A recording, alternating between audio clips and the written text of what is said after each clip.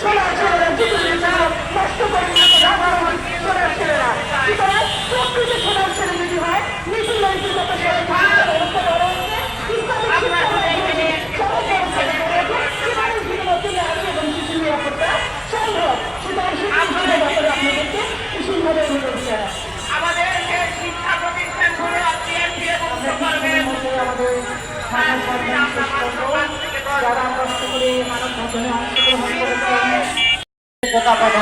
এবং আমরা আশাবাদী যে এই নব স্বাধীনতার পর জুলাই অভ্যুত্থানের পর আমরা যে নতুন সরকার গঠন করেছি, আমরা যে নতুন বাংলাদেশ গঠন করতে চাচ্ছি, সেই গঠনের ক্ষেত্রে যে বা যারা অন্তরায় হয়ে দাঁড়িয়েছে, যে বা যারা এই কাজের সাথে জড়িত, এই স্বাধীনতাকে কলঙ্কিত করতে যারা ষড়যন্ত্রে লিপ্ত হয়েছে, যারা এই স্বাধীনতাকে প্রশ্নবিদ্ধ করতে চেয়েছে, বিতর্কিত করতে চেয়েছে, তাদের বিরুদ্ধে ঐক্যবদ্ধভাবে আপনি ব্যবস্থা গ্রহণ করুন।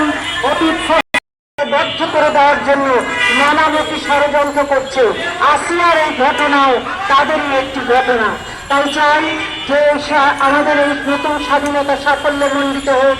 আমরা চাই নতুন স্বাধীনতা দিয়ে নতুন কার্যক্রম সফল হোক এবং আমরা সম্মিলিত নারী প্রয়াসের পক্ষ থেকে চাই বাঁচতে পারি, নারী জাতি তার অধিকার নিয়ে বাঁচতে পারি, একটি শিশু নিরাপদে নির্ভয়ে চলাচল করতে পারবে। একটি পরিবারের একটি শিশু কেন নিরাপদ নয়?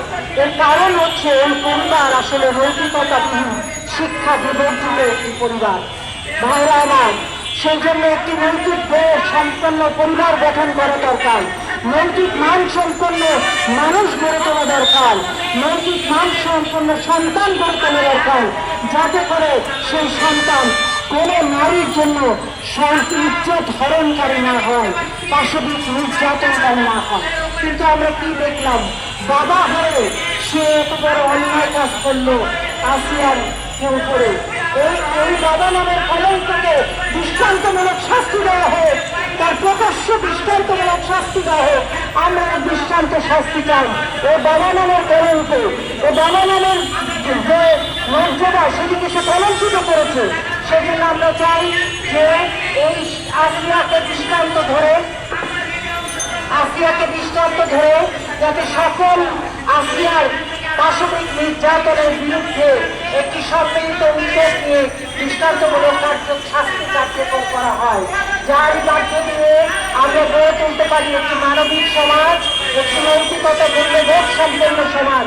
এবং আমাদের ছাত্রীরা, আমাদের বোনেরা, আমাদের মেয়েরা, আমার সন্তানেরা নিরাপদে নির্ভয়ে বাংলাদেশের এক প্রান্ত থেকে এক প্রান্তে যেতে পারে, রক্ষা করতে পারে, নিজেদের প্রয়োজন পূরণ করতে পারে, শিক্ষা গ্রহণ করতে পারে, নিজেদের অধিকারকে রক্ষা করতে পারে, সেই সুযোগ যেন তারা পায়। কখনোই যেন তারা এই ধরনের হুমকি লাঞ্ছনার শিকার না হয়। সেই জন্য আমরা একটি সম্মিলিত নারী প্রয়াসের পক্ষ থেকে এই আবেদন করে আপনাদের কাছে আমাদের বক্তব্য শেষ করছি। সবাইকে ধন্যবাদ। আসসালামু আলাইকুম ওয়া রাহমাতুল্লাহ।